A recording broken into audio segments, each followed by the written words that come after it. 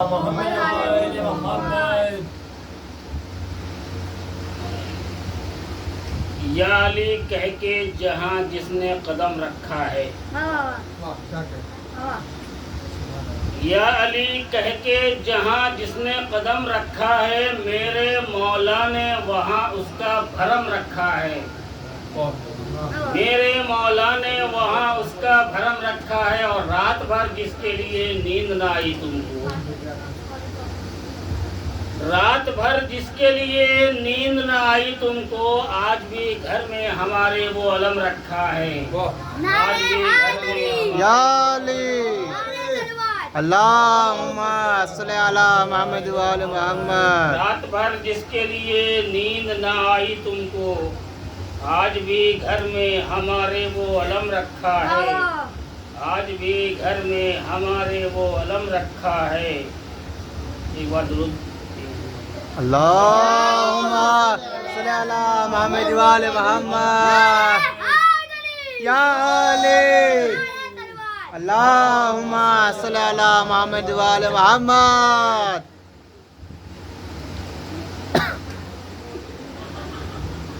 اٹھو اکبر، بہن کا آخری وعدہ نبھانا ہے، اٹھو اکبر، بہن کا آخری وعدہ نبھانا ہے، لکھا ہے ختم صغرا نے مدینے، لوٹ آنا ہے، لوٹ آنے کو، لکھا ہے ختم صغرا نے مدینے، لوٹ آنے کو، مدینہ ہو گیا سونا، اکیلی رہ گئی صغرا، مدینہ ہو گیا سونا، اکیلی رہ گئی صغرا، کوئی باقی نہیں بیمار کی ڈھارس بنانے کو، واہ واہ کیا کہنا کوئی ہے۔ باقی نہیں بیمار کی ڈھارس بنانے کو۔ تمہیں تھا شوق آغوش اجل میں، جلدی سونے کو، تمہیں تھا شوق، ایک بار درود پڑھیں۔ اللہم صلی علی محمد و آل محمد۔ نعرہ حیدری، نعرہ صلوات، اللہم صلی علی محمد و آل محمد۔ تمہیں تھا شوق آغوش اجل میں، جلدی سونے کو، تمہاری ماں تڑپ کر رہ گئی دولہا بنانے کو، کیا کہنے، سبحان تمہاری اللہ۔ ماں تڑپ کر رہ گئی دولہا بنانے کو، مجھے معلوم ہے بیٹا تمہاری یہ ادا کیا ہے، مجھے معلوم ہے بیٹا تمہاری یہ ادا کیا ہے، رکھے ہیں دل پہ دونوں ہاتھ زخم دل چھپانے کو، رکھے ہیں دل پہ دونوں ہاتھ زخم دل چھپانے کو، میرے کڑیل جواں کے ٹکڑے ہونے، میرے کڑیل جواں کے ٹکڑے ہوئے ان کے برچھی سے، میرے کڑیل جواں کے ٹکڑے ہوئے ان کے برچھی سے، جو میں نے خواب دیکھے تھے تیری شادی رچانے کو، جو میں نے خواب دیکھے تھے تیری شادی رچانے کو، پکڑ لو ہاتھ بوڑھے باپ کا اب تو میرے غازی، پکڑ لو ہاتھ بوڑھے باپ کا اب تو میرے غازی، اکیلا رہ گیا میں ٹھوکرے مقتل میں کھانے کو، اکیلا رہ گیا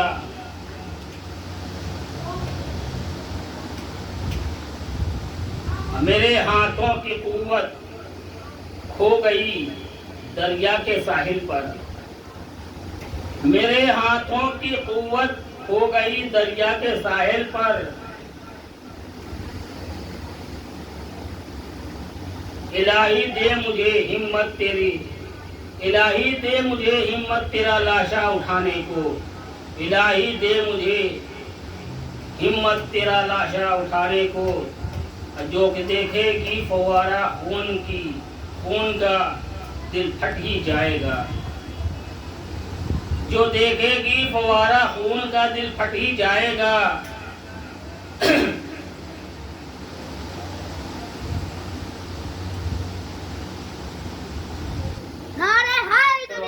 یا علی اللہم صلی علی محمد وآل محمد کی فوارہ خون کا دل پھٹی جائے گا. سکینہ کر رہی ہے ضد تیری میت پہ جانے کو. سکینہ کر رہی ہے ضد تیری میت پہ جانے کو. نہ آئے لوٹ کر تم ہی، نہ آئے لوٹ کر اصغر. نہ آئے لوٹ کر تم ہی، نہ آئے لوٹ کر اصغر. شہدی کے لیے تھے اس کو بھی پانی پلانے کو. شہدی کے لیے تھے اس کو بھی پانی پلانے کو. اللہم صلی علی محمد یا علی. اللہم صلی علی محمد وآل محمد. ستم کو صبر کا کلمہ پڑھانے ستم کو صبر کا کلمہ پڑھانے آیا ہے. ستم کو صبر کا کلمہ پڑھانے آیا ہے. ایک بار دونوں پڑھنا. اللہم صلی علی محمد وآل محمد. لبیک یا حسین، لبیک یا حسین، لبیک یا حسین، لبیک یا حسین، لبیک یا مہدی، لبیک یا مہدی، لبیک یا مہدی، لبیک یا مہدی. نعرہ حیدری، یا علی یا علی. اللہم صلی علی محمد وآل محمد. اللہ رے عباس کی ہیبت لبے دریا. اللہ رے عباس کی ہیبت لبے دریا. اس وقت تو حیدر کی دعا ناف کرے گی. اس وقت تو دعا ہے، اس وقت تو دعا حیدر، اس وقت تو صلوات اللہ. اللہم صلی علی محمد نعرہ حیدری، یا علی. نعرہ تلوار. اللہم صلی علی محمد. ہیرے کی روشنائی سے الماس لکھ دیا. جذبات کو مٹا دیا، احساس لکھ دیا. ہیرے کی روشنائی سے الماس لکھ دیا، جذبات کو مٹا دیا، احساس لکھ دیا. قرآن میں وفاؤں کی الحمد کی جگہ، قرآن میں وفاؤں کی الحمد کی جگہ قدرت نے اپنے ہاتھوں سے عباس لکھ دیا. قدرت نے اپنے ہاتھوں سے عباس لکھ دیا. اللہم صلی علی محمد. جناب سید صاحب جہاں بھی اور تشریف لیا. سید کو بلاؤ. میں سید کو بلا لیا. بلا لو، ویڈیو چل رہی ہے.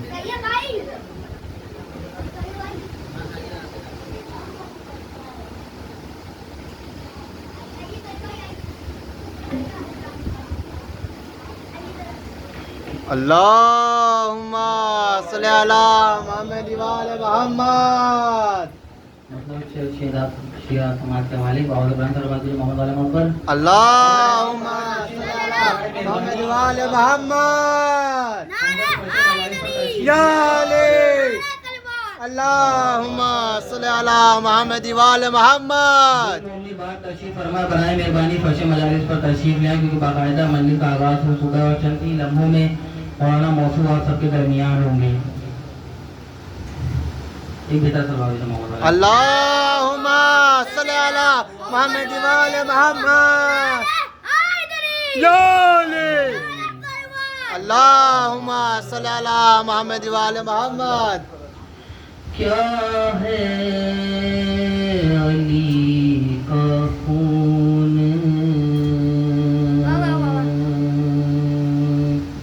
بتایا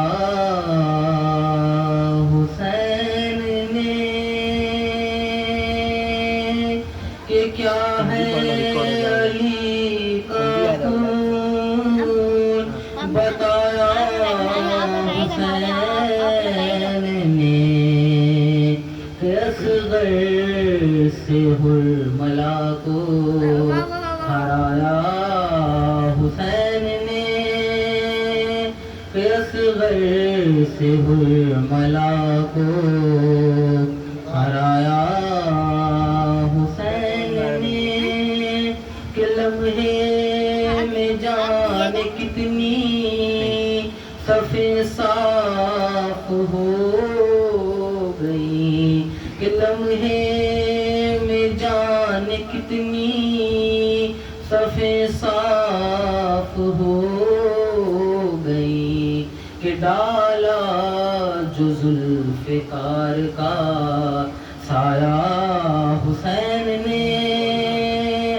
کہ ڈالا جو ذوالفقار کا سایہ حسین نے کہ انگلی پکڑ کے خود ہی اکبر کے ساتھ ساتھ کہ انگلی پکڑ کے خود ہی اکبر کے ساتھ ساتھ اسلام کو بھی چلنا سکھایا حسین نے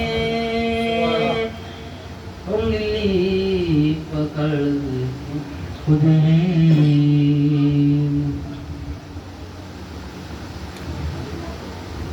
کہ بلوا کے اپنے چاہنے والوں کو کربلا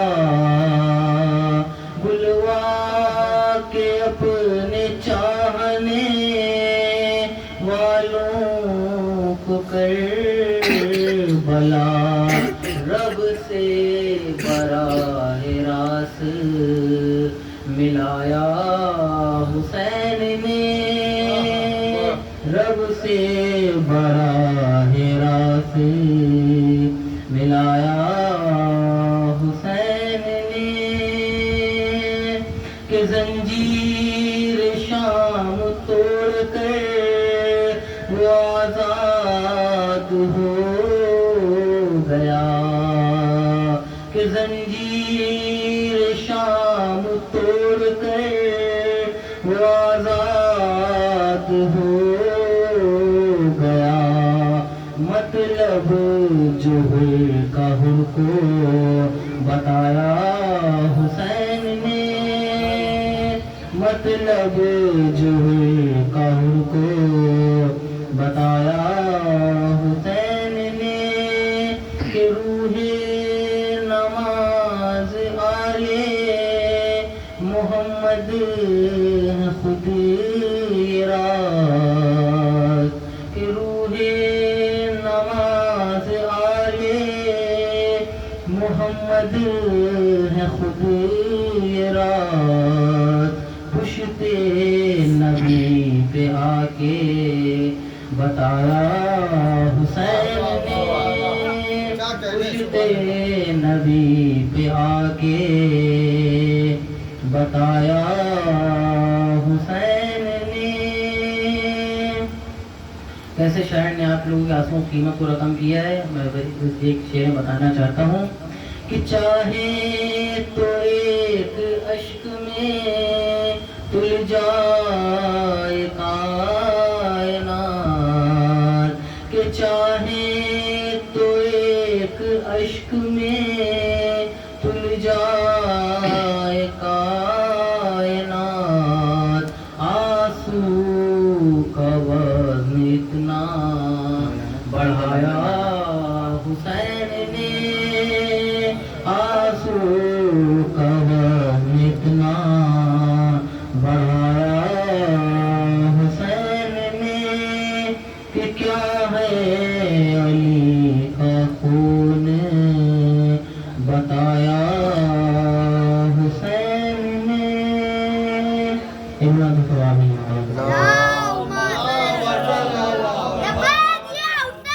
لبیک یا حسین لبیک یا حسین لبیک یا مہندی برائے مہربانی فرش مجالس پر تشریف لے آئیں جناب آغا صاحب کہیں میں موجود ہوں تو بس گزارش کرتا ہوں برائے مہربانی فرش مجالس پر تشریف لے آئیں یا علی اللہم صلی علی محمد وآل محمد شمر نے پہلے سکینہ کو دکھایا خنجر